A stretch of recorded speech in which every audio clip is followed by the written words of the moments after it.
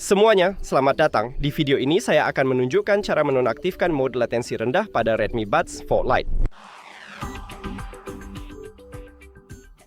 Sekarang, untuk menonaktifkannya, kita punya dua opsi. Yang pertama adalah dengan menggunakan gesture dan area sentuhnya terletak di sini. Jadi, Anda cukup memasang earbud ke telinga Anda, lalu tekan dan tahan setidaknya 1,5 detik sampai Anda mendengar suara. Jadi, tekan dan tahan kedua earbud. Dan sekarang saya telah menonaktifkannya. Sekarang, izinkan saya mengaktifkannya kembali. Opsi kedua adalah memasukkan earbud ke dalam kotak pengisian daya dan menutup kotaknya. Setelah itu, buka kotak pengisian daya, dan ketika Anda mengeluarkan earbud dan memasangnya ke telinga Anda, itu akan menonaktifkan mode latensi rendah. Jadi Anda perlu mengaktifkannya lagi jika Anda ingin menggunakannya. Terima kasih buat saya menonton video ini. Jika Anda merasa video ini bermanfaat, pertimbangkan untuk berlangganan dan beri like videonya. Sampai jumpa lagi.